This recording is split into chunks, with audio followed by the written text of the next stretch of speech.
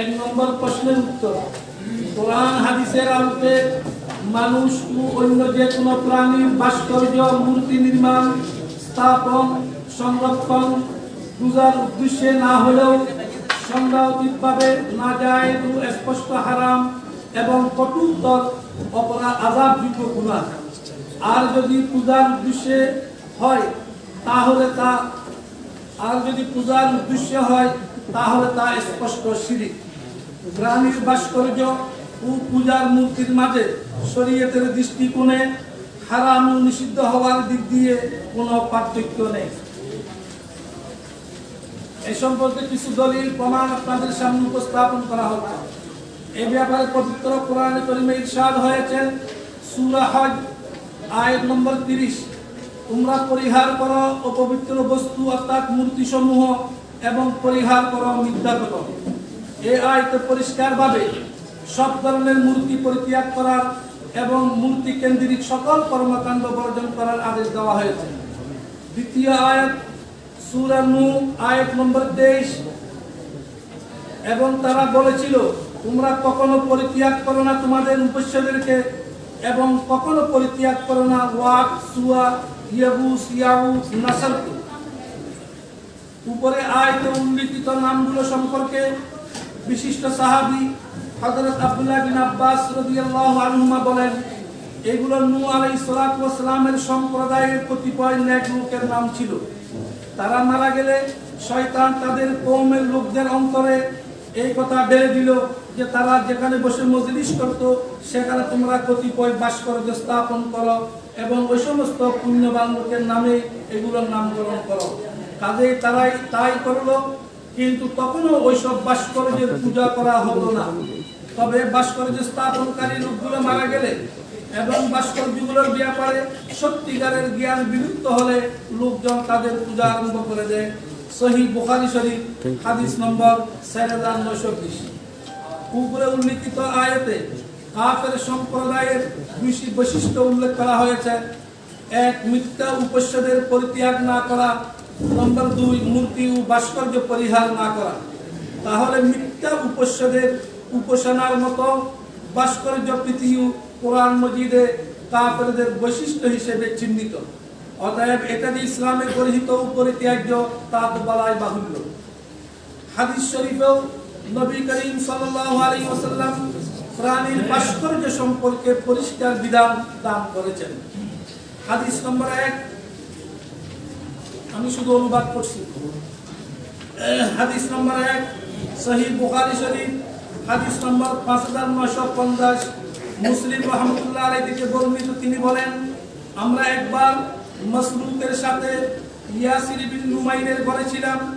মাসরুক ইয়াসিরের ঘরের আঙ্গিনায় কতগুলো ভাস্কর্য দেখতে পেয়ে বললেন, আমি আব্দুল্লাহ বিন মাসউদ রাদিয়াল্লাহু আনহু থেকে শুনেছি। তিনি বলেন, আমি নবী করিম সাল্লাল্লাহু আলাইহি ওয়াসাল্লাম থেকে শুনেছি। তিনি বলেন, নিশ্চয় কিয়ামত দিবসে প্রতিকৃতি তৈরিকারী অর্থাৎ ভাস্কর, চিত্রকর সবচেয়ে কঠিন শাস্তি প্রাপ্ত হবে।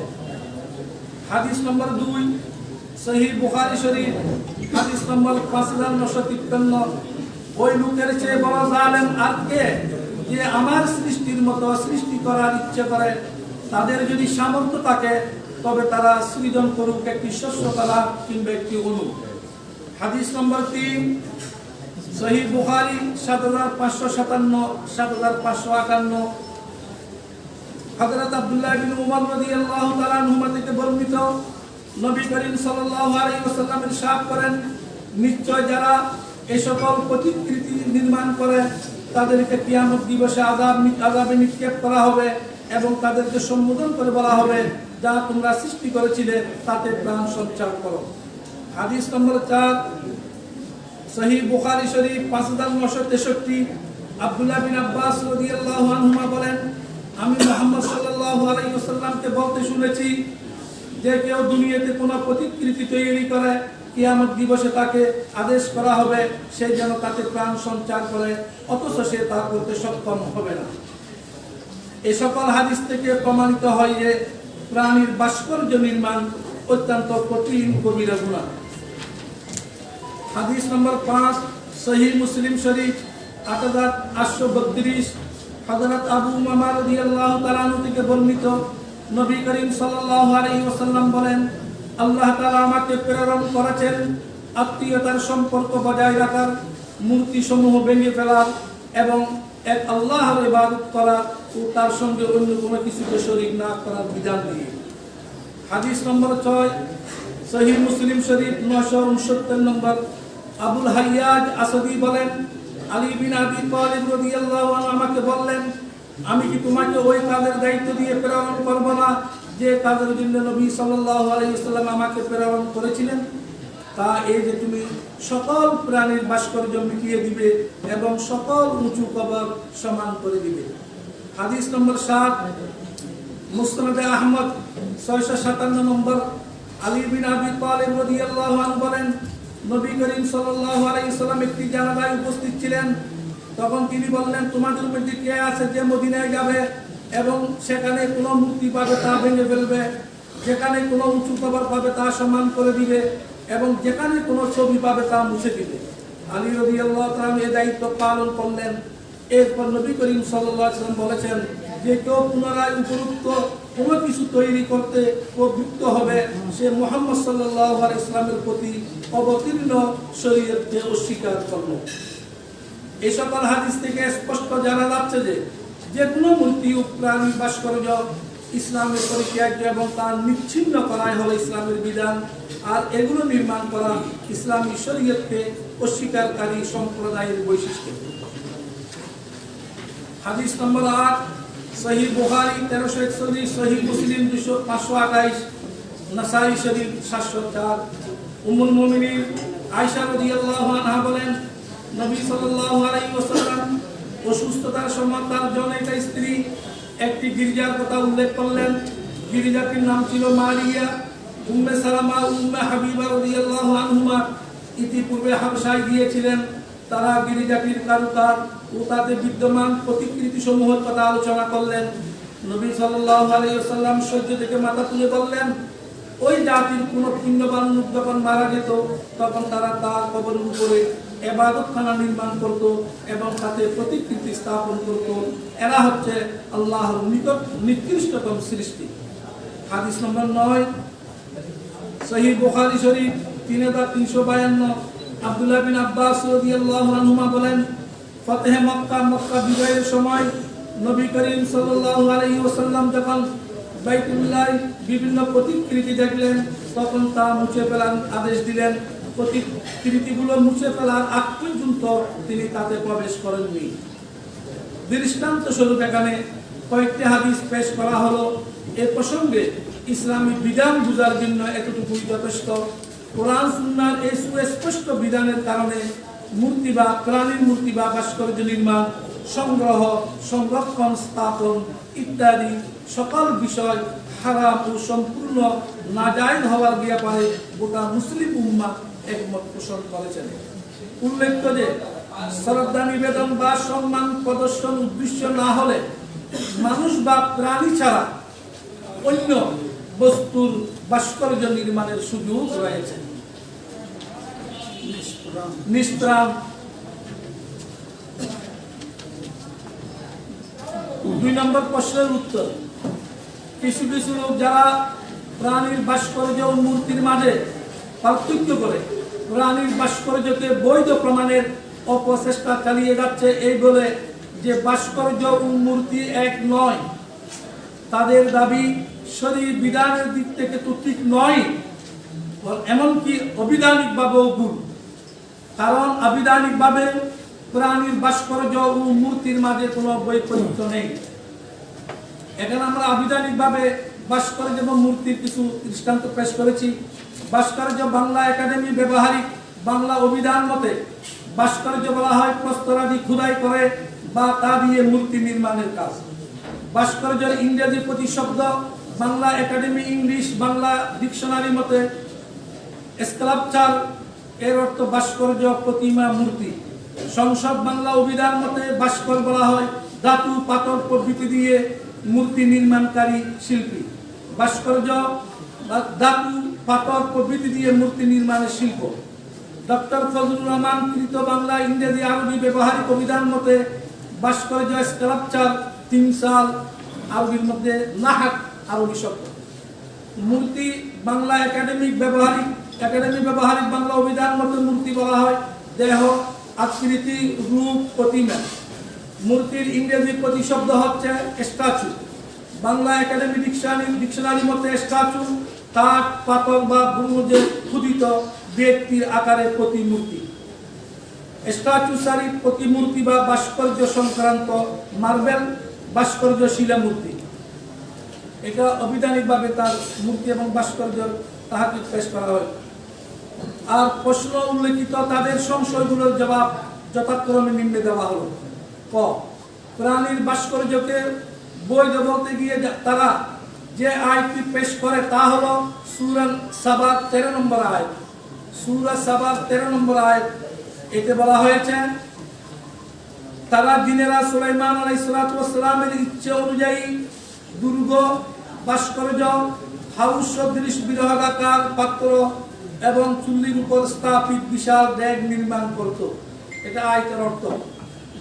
উক্ত আয়াতে বর্ণিত তামাসিল তথা ভাস্কর্য নির্মাণের কথাকে কেন্দ্র করে যারা প্রাণীর ভাস্কর্য বৈধ বলে দাবি করে তারা মূলত উক্ত আয়াতের বিশুদ্ধ তাফসীরকে পাশ কাটিয়ে যায়। কারণ বিশুদ্ধ তাফসীর অনুযায়ী উক্ত আয়াতে বর্ণিত ভাস্কর্য দ্বারা উদ্দেশ্য হলো নিষ্প্রাণ বস্তুর ভাস্কর্য।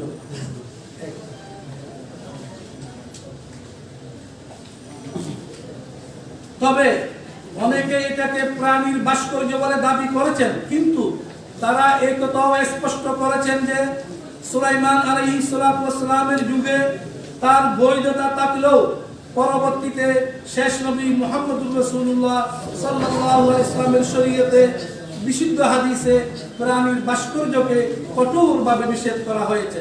নিষেধ করার মাধ্যমে উক্ত বৈধতা রহিত হয়ে গেছে। যেমন পূর্বের শরীয়তের ভাই বোনের পরস্পর বিয়ে হযরত আদম আলাইহিস সালামের শরীয়তে বৈধ ছিল, আমাদের শরীয়তে সেটাকে রহিত করা হয়েছে।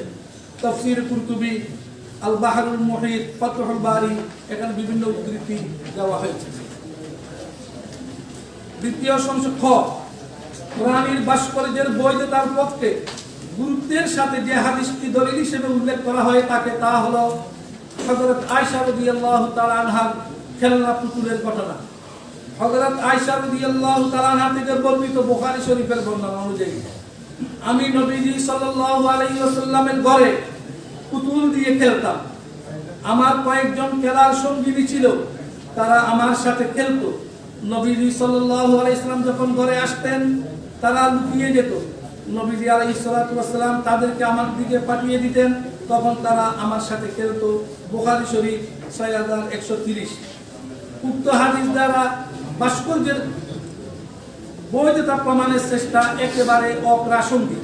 কারণ হযরত আয়েশা রাদিয়াল্লাহু আনহার এই খেলনা ছিল কাপড়ের টুকরা বা কাগজ দ্বারা তৈরি অসম্পূর্ণ আকৃতি বিশিষ্ট পুতুল, যা দিয়ে তিনি শৈশবে খেলতেন বলে উক্ত হাদিস দ্বারা প্রমাণিত। কাজেই শিশুর খেলনা পুতুল দিয়ে ভাস্কর্যের বৈধতা প্রমাণ হিসেবে পেশ করা নিতান্তই অবান্তর। কেননা হযরত আয়েশা রাদিয়াল্লাহু তাআলা আনহার উল্লেখিত হাদিসটি হলো খেলনার বিষয়ে, আর প্রাণীর প্রতিকৃতি বা ভাস্কর্য নিষিদ্ধ হওয়ার ব্যাপারে স্বয়ং হযরত আয়েশা রাদিয়াল্লাহু আনহা থেকে বর্ণিত যে রাসূলুল্লাহ সাল্লাল্লাহু আলাইহি সাল্লাম এক সফর থেকে ফিরলেন, আমি দরজায় একটি জালর বিশিষ্ট পর্দা ঝুলিয়েছিলাম যাতে ফাঁকাওয়ালা গোড়ার প্রতিকৃতি ছিল। তিনি তা খুলে ফেলার নির্দেশ দিলেন, আমি তা খুলে ফেললাম। সহিহ মুসলিম শরীফ 2107। ভাস্কর্যের পক্ষে আরেকটি দলিল এভাবে বলা হয় যে আলফ্রেড ডিউন কৃত সিরাতে ইবনে হিশামের ইংরেজি অনুবাদে উল্লেখ আছে যে আমাদের মহানবী সাল্লাল্লাহু আলাইহি ওয়াসাল্লাম কাবা শরীফের 360টি মূর্তি অপসারণের নির্দেশ দিলেও সেখানে মাঝখানের স্তম্ভ মেরির একটি ছবি দেখে তাতে হাত রেখে নবী আলাইহিস সালাম বললেন, এই ছবিটি তোমরা নষ্ট করো না। অক্সফোর্ড ইউনিভার্সিটিতে প্রকাশিত বইটির অনুবাদ করেছেন আলফ্রেড ডিউন, পৃষ্ঠা নম্বর 552। এটি একটি অসত্য বর্ণনা। কেননা নবীজি সাল্লাল্লাহু আলাইহি সাল্লামের পবিত্র সিরাত যাদের অধ্যয়নে এসেছে এবং প্রাণীর প্রতিকৃতি ভাস্কর্য তৈরি ও তার বিধানের ব্যাপারে যারা অবগত আছেন তারা এই মিথ্যাচার সহজেই উপলব্ধি করতে সক্ষম। কেননা বিশুদ্ধ হাদিস সমূহের দ্বারা কাবা শরীফের সকল মূর্তি অপসারণ ও প্রতিকৃতি মুছে ফেলার কঠোর নির্দেশ হাদিস শরীফে প্রমাণিত রয়েছে। যেমন আব্দুল্লাহ বিন আব্বাস বলেন, মক্কা বিজয়ের সময় নবী করিম সাল্লাল্লাহু আলাইহি সাল্লাম যখন বাইতুল্লাহ শরীফের বিভিন্ন প্রতিকৃতি দেখলেন তখন তা মুছে ফেলার নির্দেশ দিলেন। প্রতিকৃতিগুলো মুছে ফেলার আগ পর্যন্ত তিনি তাতে প্রবেশ করেননি। সহিহ বুখারী। আব্দুল্লাহ বিন মাসউদ বলেন, মক্কা বিজয়ের দিন যখন নবী সাল্লাল্লাহু আলাইহি সাল্লাম মক্কা নগরীতে প্রবেশ করলেন তখন বাইতুল্লাহর আশেপাশে 360টি মূর্তি বিদ্যমান ছিল। তিনি প্রত্যেক মূর্তির দিকে হাতের লাঠি দিয়ে আঘাত করেছিলেন এবং কোরআন শরীফের এই আয়াত তেলাওয়াত করেছিলেন, জা আল হক ওয়া যাহাকাল বাতিল ইন্নাল বাতিলা কানা যাহুকা জা আল হক ওয়া মা ইউবদিল বাতিল ওয়া মা ইউঈদ। সত্য এসেছে, মিথ্যা বিলুপ্ত হয়েছে। নিশ্চয় মিথ্যা বিলুপ্ত হওয়ারই ছিল। সত্য আগমন করেছে আর মিথ্যা না পারে কোনো কিছু সূচনা করতে, না পারে পুনরাবৃত্তি করতে। সহিহ বুখারী, সহিহ মুসলিম শরীফ। আব্দুল্লাহ বিন আব্বাস এর বর্ণনায় এসেছে যে লাঠির শুধু ইঙ্গিতের দ্বারা মূর্তিগুলো ধরাশায়ী হচ্ছিল। সিরাতে ইবনে হিশাম। উপসংহার: মানুষ বা অন্য যে কোনো প্রাণীর ভাস্কর্য আর মূর্তির মাঝে শরীয়ত কর্তৃক নিষিদ্ধ হওয়ার ব্যাপারে কোনো পার্থক্য নেই। পূজার উদ্দেশ্যে না হলেও তা সন্দেহকৃতভাবে নাজায়েজ ও স্পষ্ট হারাম এবং কঠোরতর আযাবযোগ্য গুনাহ অপরাধ। ইসলামের এমন সুস্পষ্ট বিধানকে পাশ কাটিয়ে প্রাণীর ভাস্কর্য আর মূর্তির মাঝে পার্থক্য করে প্রাণীর ভাস্কর্যকে বৈধ বলা, সত্য গোপন করা এবং কোরআন সুন্নাহের বিধান অমান্য করার নামান্তর। উপরন্ত কোরআন সুন্নাহর সুস্পষ্ট বিধানের সামনে বিভিন্ন দেশের ভাস্কর্য মূর্তির উপমা টেনে আনা ইসলামের একটি অকাট্য বিধানকে অবজ্ঞা করার সামিল। কোন মুসলিম দেশের শাসকদের শরীয়ত বিরোধী কাজ মুসলমানদের জন্য অনুসরণযোগ্য নয়। তাদের জন্য একমাত্র অনুসরণীয় হচ্ছে কোরআন, সুন্নাহ এবং ইসলামী শরীয়ত। আল্লাহ তাআলা সবাইকে সঠিক পথে পরিচালিত করুন। আমিন ইয়া রাব্বাল আলামিন। আসসালামু আলাইকুম ওয়া রাহমাতুল্লাহি ওয়া বারাকাতুহু। এই ফতোয়ার সপক্ষে 1 নম্বর প্রশ্নের উত্তর: কোরআন হাদিসের আলোকে মানুষ ও অন্য যে কোনো প্রাণীর ভাস্কর্য, মূর্তি নির্মাণ, স্থাপন, সংরক্ষণ পূজার উদ্দেশ্যে না হলেও সন্দেহকৃতভাবে নাজায়েজ ও স্পষ্ট হারাম এবং কঠোরতর অপরাধ, আযাবযোগ্য গুনাহ। আর যদি পূজার উদ্দেশ্যে হয় তাহলে তা স্পষ্ট শিরক। প্রাণীর ভাস্কর্য ও পূজার মূর্তির মাঝে শরীয়তের দৃষ্টিকোণে হারাম ও নিষিদ্ধ হওয়ার দিক দিয়ে কোনো পার্থক্য নেই। এই সম্পর্কে কিছু দলিল প্রমাণ আপনাদের সামনে উপস্থাপন করা হচ্ছে। এই ব্যাপারে পবিত্র কোরআনে কারিমে ইরশাদ হয়েছে, সূরা হজ আয়াত নম্বর 30, তোমরা পরিহার করো অপবিত্র বস্তু অর্থাৎ মূর্তি সমূহ এবং পরিহার করো মিথ্যা কথা। এই আয়াতে পরিষ্কারভাবে সব ধরনের মূর্তি পরিত্যাগ করার এবং মূর্তি কেন্দ্রিক সকল কর্মকাণ্ড বর্জন করার আদেশ দেওয়া হয়েছে।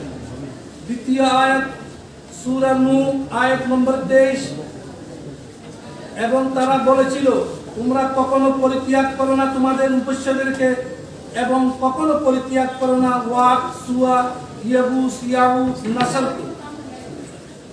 উপরে আয়াতে উল্লেখিত নামগুলো সম্পর্কে বিশিষ্ট সাহাবী হযরত আব্দুল্লাহ বিন আব্বাস রাদিয়াল্লাহু আনহুমা বলেন, এগুলো নূহ আলাইহিস সালাতু ওয়াস সালামের সম্প্রদায়ের কতিপয় নেক লোকের নাম ছিল। তারা মারা গেলে শয়তান তাদের কওমের লোকদের অন্তরে এই কথা ঢেলে দিল যে তারা যেখানে বসে মজলিস করত সেখানে তোমরা কতিপয় ভাস্কর্য স্থাপন করো এবং ওই সমস্ত পুণ্যবান লোকের নামে এগুলোর নামকরণ করো। কাজেই তারাই তাই করলো, কিন্তু তখনও ওইসব ভাস্কর্যের পূজা করা হতো না। তবে ভাস্কর্য স্থাপনকারী লোকগুলো মারা গেলে এবং ভাস্কর্যগুলোর ব্যাপারে সত্যিকারের জ্ঞান বিলুপ্ত হলে লোকজন তাদের পূজা আরম্ভ করে দেয়। সহিহ বুখারী শরীফ হাদিস নম্বর 4920। উপরে উল্লেখিত আয়াতে কাফের সম্প্রদায়ের দুইটি বৈশিষ্ট্য উল্লেখ করা হয়েছে। এক, মিথ্যা উপাস্যদের পরিত্যাগ না করা। নম্বর 2, মূর্তি ও ভাস্কর্য পরিহার না করা। তাহলে মিথ্যা উপাস্যদের উপাসনার মতো ভাস্কর্য পৃথিবী কোরআন মজিদে কাফেরদের বৈশিষ্ট্য হিসেবে চিহ্নিত। অতএব এটা যে ইসলামে গৃহীত ও পরিত্যাজ্য তা তো বলাই বাহুল্য।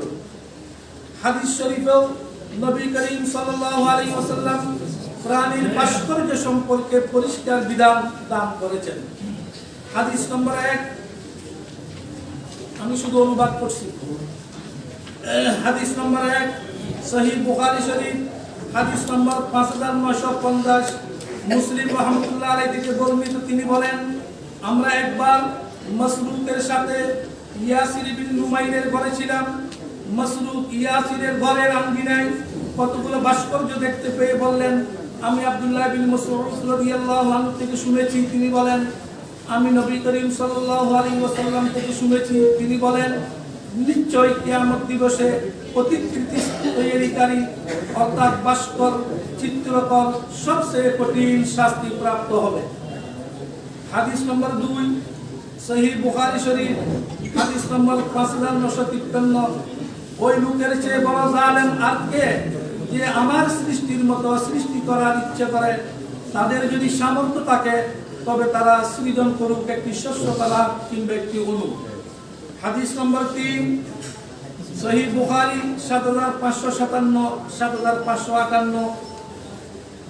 হযরত আব্দুল্লাহ বিন উমর রাদিয়াল্লাহু তাআলা আনহুমা থেকে বর্ণিত, নবী করিম সাল্লাল্লাহু আলাইহি ওয়াসাল্লাম ইরশাদ করেন, নিশ্চয় যারা এই সকল প্রতিকৃতি নির্মাণ করে তাদেরকে কিয়ামত দিবসে আযাবে নিক্ষেপ করা হবে এবং তাদেরকে সম্বোধন করে বলা হবে, যা তোমরা সৃষ্টি করেছিলে তাতে প্রাণ সঞ্চার করো। হাদিস নম্বর 4, সহিহ বুখারী শরীফ 5963। আব্দুল্লাহ বিন আব্বাস রাদিয়াল্লাহু আনহুমা বলেন, আমি মুহাম্মদ সাল্লাল্লাহু আলাইহি ওয়াসাল্লামকে বলতে শুনেছি, যে কেউ দুনিয়াতে কোনো প্রতিকৃতি তৈরি করে কিয়ামত দিবসে তাকে আদেশ করা হবে সে যেন তাতে প্রাণ সঞ্চার করে, অথচ সে তা করতে সক্ষম হবে না। এই সকল হাদিস থেকে প্রমাণিত হয় যে প্রাণীর ভাস্কর্য নির্মাণ অত্যন্ত কঠিন কবিরা গুনাহ। হাদিস নম্বর 5, সহিহ মুসলিম শরীফ 8832। হযরত আবু উমামা রাদিয়াল্লাহু তাআলা আনহু থেকে বর্ণিত, নবী করিম সাল্লাল্লাহু আলাইহি ওয়াসাল্লাম বলেন, আল্লাহ তাআলা আমাকে প্রেরণ করেছেন আত্মীয়তার সম্পর্ক বজায় রাখার, মূর্তি সমূহ ভেঙে ফেলার এবং এক আল্লাহর ইবাদত করা ও তার সঙ্গে অন্য কোনো কিছুকে শরীক না করার বিধান দিয়ে। হাদিস নম্বর 6, সহিহ মুসলিম শরীফ 969 নম্বর। আবুল হাইয়াজ আসাদি বলেন, আলী বিন আবি তালিব রাদিয়াল্লাহু আনহু আমাকে বললেন, আমি কি তোমাকে ওই কাজের দায়িত্ব দিয়ে প্রেরণ করব না যে কাজের জন্য নবী সাল্লাল্লাহু আলাইহি ওয়াসাল্লাম আমাকে প্রেরণ করেছিলেন? তা এই যে তুমি সকল প্রাণীর ভাস্কর্য মিটিয়ে দিবে এবং সকল উঁচু কবর সমান করে দিবে। হাদিস নম্বর 7, মুসনাদে আহমদ 657 নম্বর। আলী বিন আবি তালিব রাদিয়াল্লাহু আনহু বলেন, নবী করিম সাল্লাল্লাহু আলাইহি ওয়াসাল্লাম একটি জানাজায় উপস্থিত ছিলেন। তখন তিনি বললেন, তোমাদের মধ্যে কে আছে যে মদিনায় যাবে এবং সেখানে কোনো মূর্তি পাবে তা ভেঙে ফেলবে, যেখানে কোনো উঁচু কবর পাবে তা সমান করে দিবে এবং যেখানে কোনো ছবি পাবে তা মুছে দিবে। আলী রাদিয়াল্লাহু তাআলা এই দায়িত্ব পালন করলেন। এরপর নবী করিম সাল্লাল্লাহু আলাইহি ওয়াসাল্লাম বলেছেন, যে কেউ পুনরায় উপযুক্ত কোনো কিছু তৈরি করতে প্রবৃত্ত হবে সে মুহাম্মদ সাল্লাল্লাহু আলাইহি ওয়াসাল্লামের প্রতি অবতীর্ণ শরীয়তকে অস্বীকার করলো। এই সকল হাদিস থেকে স্পষ্ট জানা যাচ্ছে যে যে কোনো মূর্তি ও প্রাণী ভাস্কর্য ইসলামের পরিত্যাজ্য এবং তার নিচ্ছিন্ন করাই হলো ইসলামের বিধান। আর এগুলো নির্মাণ করা ইসলামী শরীয়তকে অস্বীকারী সম্প্রদায়ের বৈশিষ্ট্য। হাদিস নম্বর 8, সহিহ বুখারী 1341, সহিহ মুসলিম 528, নাসাই শরীফ 704। উম্মুল মুমিনিন আয়েশা রাদিয়াল্লাহু আনহা বলেন, নবী সাল্লাল্লাহু আলাইহি ওয়াসাল্লাম অসুস্থতার সময় তার জনৈকা স্ত্রী একটি গির্জার কথা উল্লেখ করলেন। গিরিজাটির নাম ছিল মারিয়া। উম্মে সালামা, উম্মে হাবিবা রাদিয়াল্লাহু আনহুমা ইতিপূর্বে হাবশায় গিয়েছিলেন। তারা গিরিজাটির কারুকার ও তাতে বিদ্যমান প্রতিকৃতি সমূহের কথা আলোচনা করলেন। নবী সাল্লাল্লাহু আলাইহি ওয়াসাল্লাম সহ্য থেকে মাথা তুলে বললেন, ওই জাতির কোন পুণ্যবান লোক যখন মারা যেত তখন তারা তার কবরের উপরে ইবাদতখানা নির্মাণ করত এবং তাতে প্রতিকৃতি স্থাপন করত। এরা হচ্ছে আল্লাহর নিকট নিকৃষ্টতম সৃষ্টি। হাদিস নম্বর 9, সহিহ বুখারী শরীফ 3352। আব্দুল্লাহ বিন আব্বাস রাদিয়াল্লাহু আনহুমা বলেন, ফতহে মক্কা, মক্কা বিজয়ের সময় নবী করিম সাল্লাল্লাহু আলাইহি ওয়াসাল্লাম যখন বাইতুল্লাহ বিভিন্ন প্রতিকৃতি দেখলেন তখন তা মুছে ফেলার আদেশ দিলেন। প্রতিকৃতিগুলো মুছে ফেলার আগ পর্যন্ত তিনি তাতে প্রবেশ করেননি। দৃষ্টান্ত স্বরূপ এখানে কয়েকটি হাদিস পেশ করা হলো। এ প্রসঙ্গে ইসলামী বিধান বুঝার জন্য এতটুকুই যথেষ্ট। কোরআন সুন্নাহর এই সুস্পষ্ট বিধানের কারণে মূর্তি বা প্রাণীর মূর্তি বা ভাস্কর্য নির্মাণ, সংগ্রহ, সংরক্ষণ, স্থাপন ইত্যাদি সকল বিষয় হারাম ও সম্পূর্ণ নাজায়েজ হওয়ার ব্যাপারে গোটা মুসলিম উম্মাহ একমত পোষণ করেছেন। উল্লেখ্য যে শ্রদ্ধা নিবেদন বা সম্মান প্রদর্শন উদ্দেশ্য না হলে মানুষ বা প্রাণী ছাড়া অন্য বস্তুর ভাস্কর্য নির্মাণের সুযোগ রয়েছে। নিষ্প্রাণ। 2 নম্বর প্রশ্নের উত্তর, কিছু কিছু লোক যারা প্রাণীর ভাস্কর্য ও মূর্তির মাঝে পার্থক্য করে প্রাণীর ভাস্কর্যকে বৈধ প্রমাণের অপচেষ্টা চালিয়ে যাচ্ছে এই বলে যে ভাস্কর্য ও মূর্তি এক নয়। তাদের দাবি শরীর বিধানের দিক থেকে তো ঠিক নয়, এমনকি অবিধানিকভাবেও ভুল। কারণ আবিধানিকভাবে প্রাণীর ভাস্কর্য ও মূর্তির মাঝে কোনো বৈপরীত্য নেই। এখানে আমরা আবিধানিকভাবে ভাস্কর্য এবং মূর্তির কিছু দৃষ্টান্ত পেশ করেছি। ভাস্কর্য বাংলা একাডেমি ব্যবহারিক বাংলা অভিধান মতে ভাস্কর্য বলা হয় প্রস্তরাদি খোদাই করে বা তা দিয়ে মূর্তি নির্মাণের কাজ। ভাস্কর্যের ইংরেজি প্রতিশব্দ Bangla academy English Bangla dictionary মতে স্কাল্পচার, এর অর্থ ভাস্কর্য, প্রতিমা, মূর্তি। সংসদ বাংলা অভিধান মতে ভাস্কর বলা হয় ধাতু, পাথর প্রভৃতি দিয়ে মূর্তি নির্মাণকারী শিল্পী। ভাস্কর্য ধাতু, পাথর প্রভৃতি দিয়ে মূর্তি নির্মাণের শিল্প।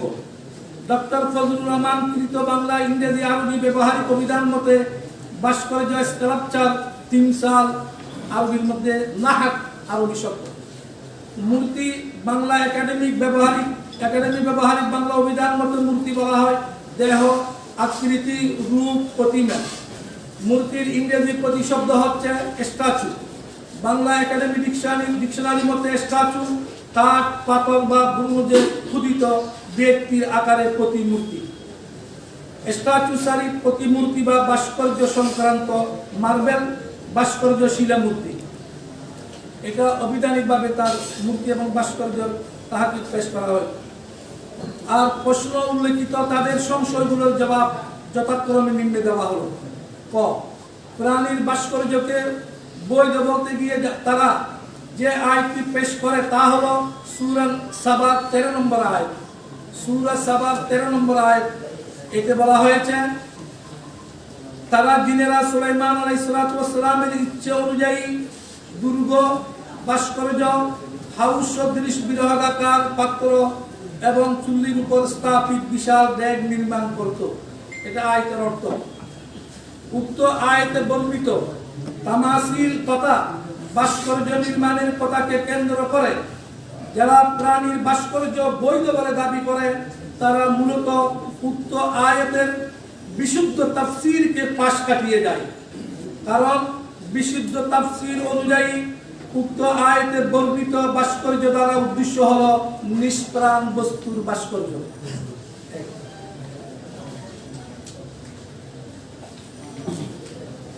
তবে অনেকে এটাকে প্রাণীর ভাস্কর্য বলে দাবি করেছেন, কিন্তু তারা এই কথাও স্পষ্ট করেছেন যে সুলাইমান আলাইহিস সালামের যুগে তার বৈধতা থাকলেও পরবর্তীতে শেষ নবী মুহাম্মদুর রাসূলুল্লাহ সাল্লাল্লাহু আলাইহি ওয়াসাল্লামের শরীয়তে বিশুদ্ধ হাদিসে প্রাণীর ভাস্কর্যকে কঠোরভাবে নিষেধ করা হয়েছে।